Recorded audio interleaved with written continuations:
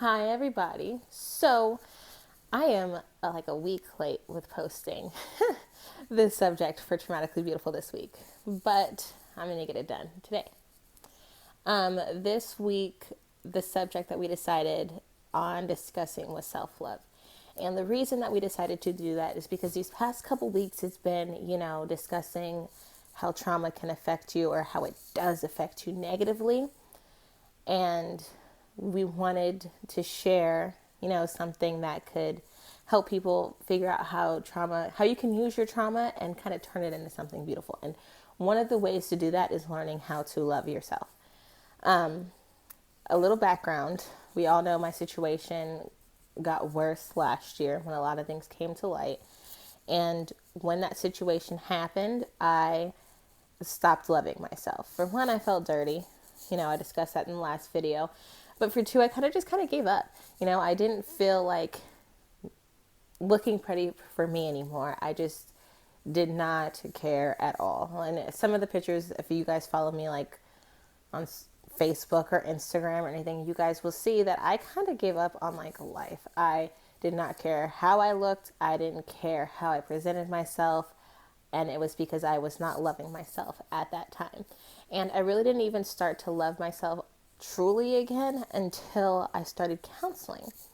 So one of the first thing actually, that I did to help me kind of start loving myself, it was to give myself validation that I was smart. And I started going back to school. And as I was going through school, I was like, okay, I'm making an A. Okay, there's another A. There's another A. And then I was like, okay, I'm smart. Okay, I got that. And school was able to help me feel good about myself because, it was seeing how well I was doing was making me feel good about myself.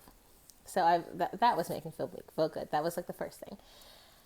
The second thing that I did was I had let myself go for about a year, and I was following a hairstylist on Instagram.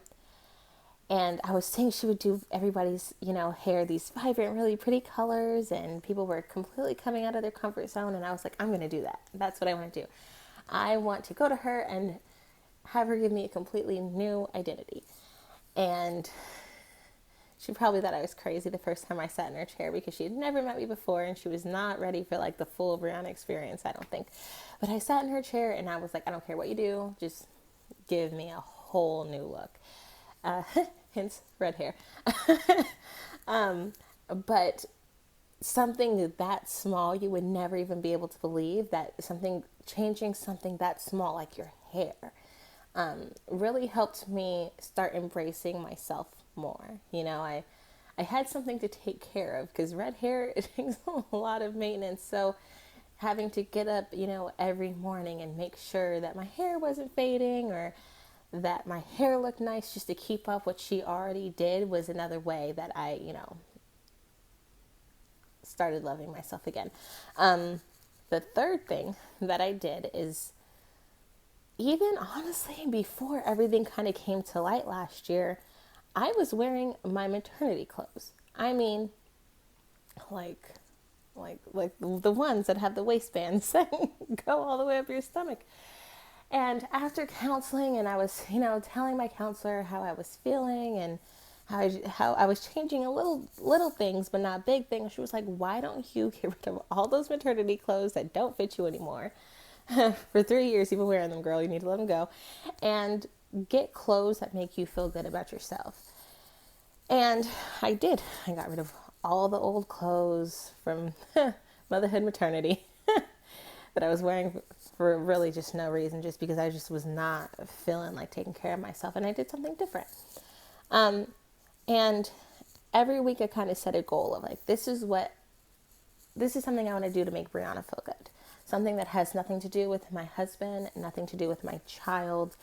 I choose something to do every single week that is for me, that makes me feel good, whether that be me getting my hair retouched, whether that me going shopping, getting a new shirt, whether that means I'm getting my nails done, whether that means I go to Starbucks and I get a white chocolate mocha and I sit down and I enjoy my drink by myself, and I do that for me because it's something I like to do.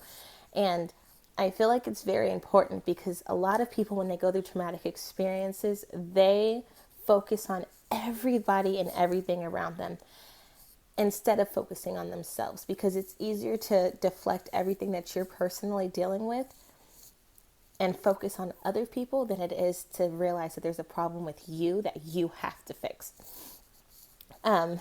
So I was watching an interview with he was like a sergeant major in the army the other day.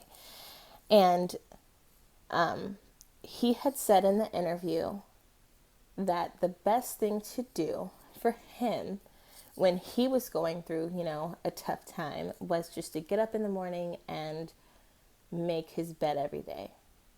And even though it was something so small, even if his entire day went to shit, he could still come home and realize that he accomplished something at the end of the day. So what I did when I heard that, I was like, okay, I will accomplish one thing for myself every single day, whether that be I do my makeup and I make myself look good. I do my hair and make myself look good.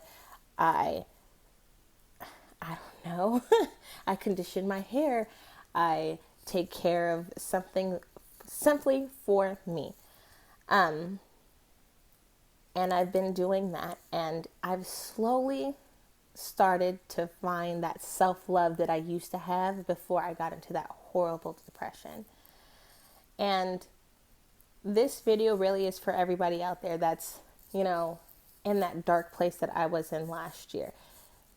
It's not going to get better unless you choose to make it better. You can continue deflecting on other people. You can try to fix everything around you, but if you do not fix you first, nothing else around you is going to fully get fixed. So you really have to learn how to start loving yourself first and putting yourself first to heal yourself. And then once you do that, everything else around you is going to fall in place.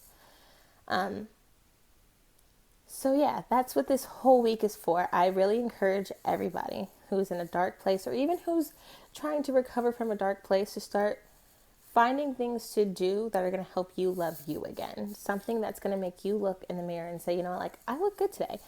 Or anything that's going to uplift your spirits, because that to me is one of the biggest things that helped me start to heal. From my experience is the fact that I decided to start doing things for me, and I started focusing on me and started realizing that if I did not fix me, that everything else around me was going to suffer. Excuse me. That burp was from my white mocha today that I did for me. Okay, that is all that I have today. It's a very short, it's a lot shorter video than my last 25-minute one.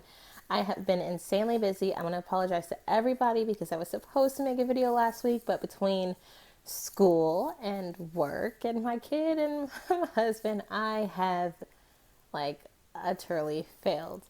But after this video, I believe Megan's the one who's going to post the next video or blog.